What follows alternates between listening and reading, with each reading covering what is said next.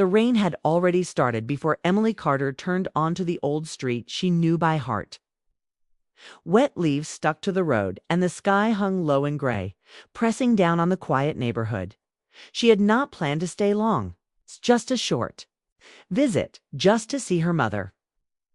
That was what she told herself as she parked the car and sat for a moment, hands still on the wheel, breathing slowly.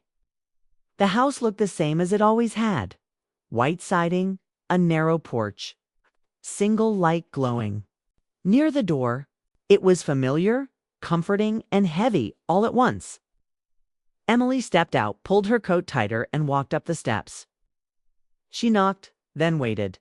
No answer. She checked her phone. No message from her mother. Emily hesitated, then used the spare key she had kept since college. The door opened with a soft click, and warm air rushed out to meet her. The smell of old books and coffee wrapped around her like a memory. "Mom?" she called. Only silence answered. Emily stepped inside and closed the door behind her. She set her bag down and moved slowly through the living room. The lamp was on, but the TV was off. Everything looked untouched, like the house was holding its breath. She walked down the hallway, passing framed photos. Her high school graduation, a family trip to Vancouver. Smiles frozen in time before things began to quietly fall apart. She stopped near the study when she heard movement. The door opened. David Carter stood there, one hand still on the door, surprise written clearly on his face. His hair was grayer than Emily remembered, his eyes tired but kind. For a brief second, neither of them spoke. "Oh," David said. "Emily, I didn't hear you come in. I knocked," she replied. "I thought my mom was home." David shook his head and stepped aside slightly, still holding the door. "Open. She's not. She said she'd be late tonight." Emily nodded. She felt awkward standing there, unsure whether to stay or leave. She had not expected to see him alone. She had not expected anything at all. "I can go," she said. David looked at her for a moment, then moved fully aside. "You don't have to. You're already here." That was the moment the door opened. Not just the study door, but something quieter and more important. Emily stepped inside. The room was small and dim, lit by a desk lamp. Books lined the shelves, some old, some new. Papers were stacked neatly, as if order was the only thing keeping the space together. David closed the door behind her, not to shut her in, but to keep the hallway noise away. "Do you want some tea?" he asked. She nodded. While he poured. "Water." Emily looked around. This room had always felt separate from the rest of the house. A place where David went when things felt too loud. She had rarely been invited in before. They sat across from each other, cups between their hands. Steam rose and faded. "How have you been?" David asked. "Busy," Emily said. "Work. Life. You know," he nodded slowly. "I do." The silence that followed was not uncomfortable, but it was full. Full of things they both knew and had never said. Emily shifted in her chair. "My mom works late a lot," she said carefully. David smiled, but it did not reach his eyes. "Yes, she does." Emily waited for more, but he said nothing. She could feel the distance between words, like gaps in a broken bridge. "She used to call," he added after a moment, "just to say she'd be late now. She doesn't always remember." Emily looked down at her tea. She had noticed the same thing, long before tonight. David leaned back, rubbing his forehead. "I don't want to complain. I know everyone gets tired. Just didn't think we'd get tired of each other." The words landed softly, but carried weight. Emily felt something shift in her chest. Not excitement, not desire. Something deeper. A pull of empathy, a recognition of loneliness she understood too well. "My last relationship ended the same way," she said. "No fights, just distance." "One day you realize you're talking to a stranger." David met her eyes. "That's exactly it." The rain outside grew louder, tapping against the windows. Time moved quickly, though neither of them noticed. They talked about small things at first, books they liked, places they missed. Then slowly the conversation grew more honest. David spoke about feeling like a guest in his own home, about eating dinner alone, about sleeping on the far edge of the bed. Emily listened. She didn't interrupt. She didn't judge. Simply stayed.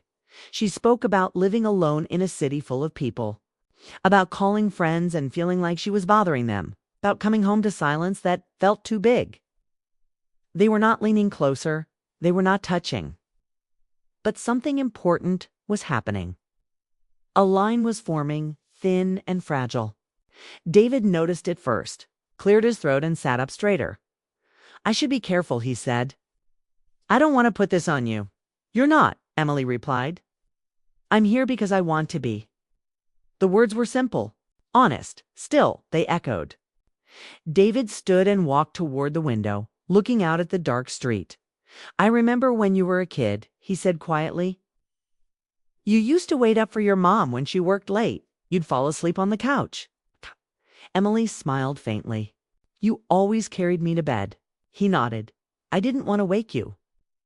The memory softened the room.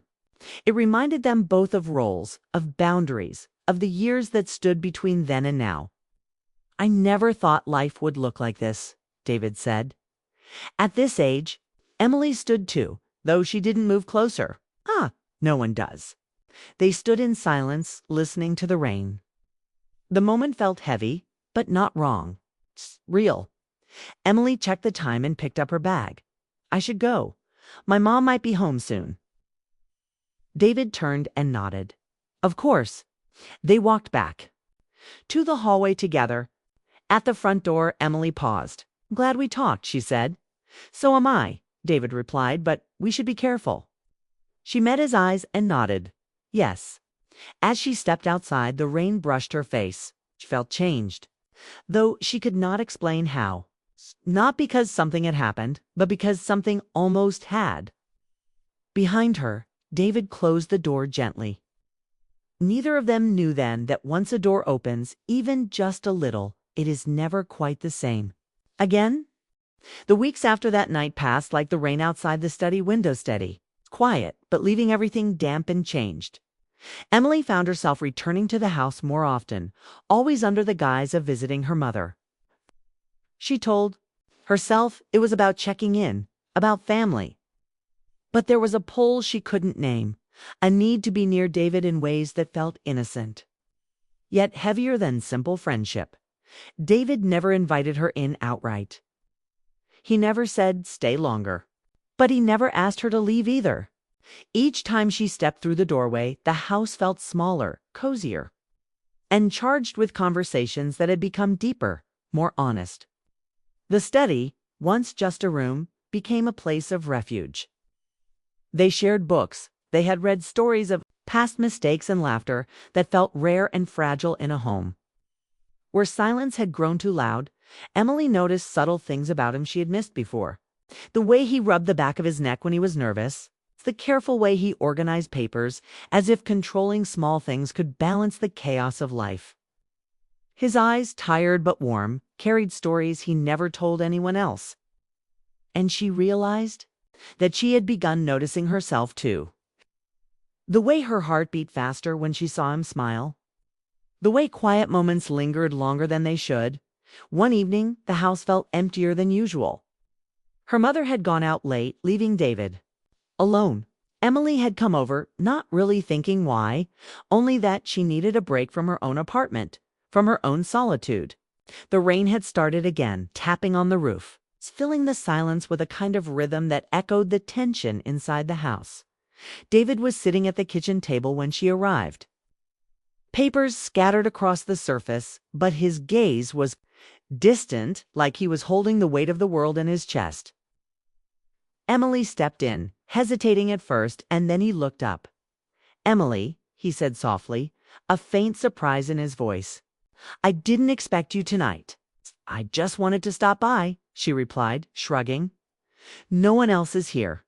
Davy smiled faintly, but did not move. His silence invited her to sit, and she did, perching on the edge of the chair opposite him. The room smelled faintly of coffee and old books. The light was dim, casting long shadows that made the space feel smaller, more intimate. They talked about everyday things at first, the mundane exchange of news, of tasks, of life moving on. But the conversation soon shifted. It always did. Words became confessions, light at first, then heavier. David spoke about loneliness, about how sometimes he felt invisible in his own home. Emily listened, feeling a quiet ache in her chest. A recognition of her own longings mirrored in his words. "I don't know how to fix it anymore." David admitted, his hands clasped on the table. "I tried to talk to her, but it's like speaking into a wall. I feel like she's gone before she even leaves the room." Emily looked down at her hands, gripping the edge of the chair. She wanted to reach out to comfort him, but she knew it was not her place. Instead, she said softly, "Some people leave long before they walk out the door." The words hung between them, soft but heavy. They were not a confession of love, not yet. But they were a recognition of pain, a shared understanding of emptiness. David leaned back, staring at the ceiling. "It's not just about being alone," he said quietly. "It's about feeling forgotten, feeling like you don't matter to anyone anymore." Emily's throat tightened. She had felt that same ache after her last breakup, the way life seemed. Full of people who didn't see you, didn't hear you. I know," she whispered. "I've been there too." The room fell silent, but it was a silence filled with more than quiet. It was a silence heavy with emotion, with longing, with the kind of connection that is rare and dangerous all at once. Neither of them moved closer physically, yet the distance between them seemed charged with tension, fragile and potent. David stood suddenly, walking to the window and looking out at the rain-soaked street. "I shouldn't let myself feel this," he said almost to himself. "You're my stepdaughter, Emily, and your mother, I know." Emily interrupted, her voice trembling slightly. "I know why this is wrong. That's why it hurts so much." He turned to look at her, eyes searching hers for understanding. The weight of the unspoken pressed down on them both. They were not crossing lines with actions, but with emotion, with the pull of connection that neither could name but both felt. Emily stayed for a long while after that, sitting quietly as David stared out the window. Words were no longer necessary. They had shared something intangible, a bridge between loneliness and understanding. When she finally stood to leave, the room felt different, as if it had shifted in the time she had been there. She left without fanfare, slipping out into the night, the rain washing over her as if to cleanse her heart from the intensity of what had passed. No goodbyes were needed, no promises. Just a note left on the counter the next morning, thanking him for his honesty, wishing him peace. Months went by. Emily heard through relatives that her mother and David had quietly separated. She never spoke to either directly about what had happened that night or the ones after. It was not necessary. Some things are carried silently in memory and heart, without need for words. Emily reflected on that time often. Not with regret, not with longing, but with understanding. She had glimpsed a connection that was real, honest, and emotional. She had felt the pull of human closeness in a way that was profound but impossible to act on. David moved on in his own way, rebuilding his life slowly, quietly. Emily moved on to taking the lessons with her. That emotional honesty can be powerful, that human connection can form in the most unexpected places. And that sometimes the bravest act is to step back, to walk away with respect and care. Some doors, once opened, never return to exactly how they were. Yet they can teach, heal, and change a person. Emily and David carried the memory of that fragile closeness with them. Separate, yet connected in an unspoken understanding that shaped the rest of their lives. The house, once a stage for quiet tension and unspoken longing, returned to silence. But inside both Emily and David, the echo of those conversations lingered, a reminder of what it means to truly see another person, to listen and to feel without acting on impulses that might destroy what was left of their world. And so, the story ended not with dramatic confrontation, but with quiet acceptance, with the gentle knowledge that love, in all its forms, can be powerful, transformative, and sometimes best honored by stepping away.